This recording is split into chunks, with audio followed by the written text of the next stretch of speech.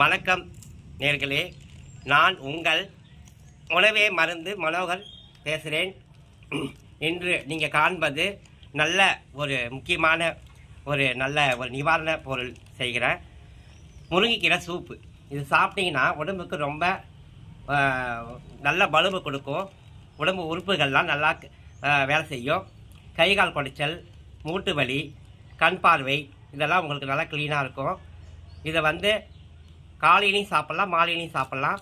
வெறும் வயிற்றில் சாப்பிட்டா ரொம்ப நல்லது. செய்முறை காண்போம். இதுக்கு தேவையான பொருட்கள்: முருங்கைக்கீரை 4 கொத்து, சின்ன வெங்காயம் 10, பூண்டு ஒரு 10 பல், 1 டீஸ்பூன் ஜீரகம், 1 டீஸ்பூன் மிளகு. ஒரு பாத்திரம் வச்சு ஸ்டவ்வில்